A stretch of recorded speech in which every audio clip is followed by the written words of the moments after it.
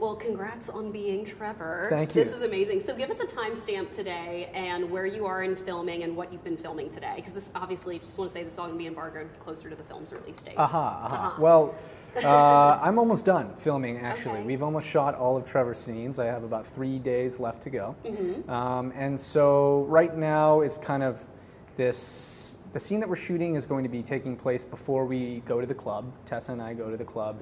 And it's kind of the first interaction you see where they're loosening up with each other and getting to know each other. And I think it's also the moment where the audience will see him as more of a potential love interest for her. So it's an exciting moment. So yeah, I saw that one of the producers, Jen, confirmed on Instagram that Trevor's kind of going to be more of a larger role in After We Collided the movie versus as he was in the books. Can you like expand a little bit more on that? Well, yeah, I think that, you know, upon reading the books, I think that if you boiled Trevor down, he represents a lot of values and mannerisms that are kind of the opposite of Hardin, right? And I think that that's what they were particularly interested in, making him more of a character in that way. Yeah. And so that's kind of been the way that we've been doing it. I've talked to Anna at great length about how to retain the character perfectly while also adding some of my own spin into it, obviously, as an actor. And I think that we've hit a really good stride. I'm excited for more Trevor now that you're in the film. Yeah. So I'm excited to see what's in store for the fans and everybody. So I guess walk me through the process of being cast as Trevor. Like, so did you read the books? It sounds like you... I did not. You did not read the books? I did not read the books. I play a lot of video games. It takes up a lot of my time. Ooh, okay, so that's priority. But you've obviously had the conversations with Anna about like what you wanted to do for Trevor, especially with the love triangle angle. Of course. I mean, in terms of Trevor, like you've noted, he wasn't such a large part of the books. So Anna and I went through his character extensively, right? Without getting into bigger details, we went through. And that I found was more helpful to me as it was able to refine, I think, who he was. Yeah. And so, yeah, we've just been kind of diving into that. But no, I have not read the books yet. Okay, so Wuthering Heights is obviously an important book for Hardin and Tessa. What's that one book for you that's really important?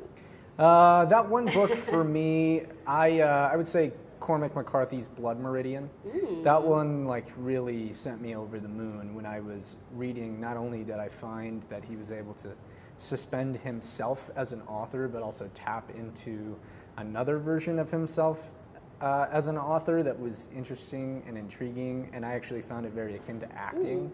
And so that opened my eyes in a lot of ways. That, and it's just a fucking awesome book. Really? It's so well written. So, yes. Can you tell us how many fucking Trevors there's going to be in the movie?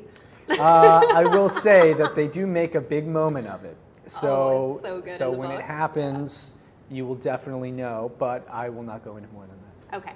So I know you mentioned that, I know like Trevor's kind of like the polar opposite of Hardin. He's got a good head on his shoulders. He knows like what he wants to do with his career. He's got like goals for his life. And I mean, you are a co-founder of All Wise Meadery and like are a massive, like you obviously do massive stuff with like your social do the businesses. Yeah, you do. So I'm just saying you have like, you kind of have that relatability where you are a co-founder of this massive business. Yeah. Did you pull from that at all when you kind of embraced Trevor? I mean, I've certainly learned some things here or there about how to manage a business after this last year and a half. And yeah, I think, but you know, even more so than being business oriented, I think Trevor wants to succeed.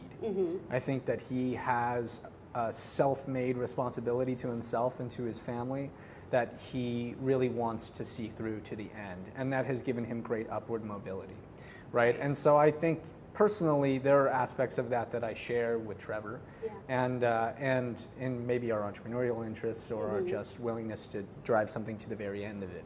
Right. And so I certainly brought some of that in with me. But you'll also see that some of Trevor's wit is manifested as comedy in this a little bit too, which is nice in relation to Hardin as well. Yeah. Because Trevor's kind of, for every bit of him that's stoic, he's also a little bit loose and humorous. So I guess speaking on that then, you obviously seem like kind of like a funny guy. So I mean, and you said you're almost wrapped filming. So did you kind of go like off script for any of the scenes? You don't have to say with what you did. Yeah, I mean, I like to improv on all of the movies that I do, but particular when there's moments to be humorous, and there are, and flirtatious, I think that it facilitates improv. So yeah. I've been using some of that. I'd say a lot of yes ands. Ooh, okay. Yeah. Last question for you. So obviously Tessa's state is very emotional after the events of the first After film, and now going into After We Collided. I know you probably have some like emotional, intense scenes with both like Tessa and Hardin's characters. Yeah. So what is the downtime for you after Roger yells cut and you go back to, you know, not being Trevor? How do you like kind of process that as an actor? You know, a lot of the times when a movie and a cast and a crew are good and it's a well-oiled machine, you don't need to do that. It's pretty easy. It comes off the page and in a way that feels alive, and then you walk off set and you're still there. Yeah. And so I've actually found that I didn't need to decompress. I didn't need to do that on this because we've had a pretty well-oiled machine so far. Yeah. So for me, there are certainly some scenes that are interesting and to say the least. And I think the best that we've done is just discuss it off stage and keep joking and talking to each other. Right. And we've had fun doing that. I'm glad that you guys are having a good time on set. I'm having a good time on set. Yeah. All right, thanks, Dylan. Thanks nice so to much. talk with you.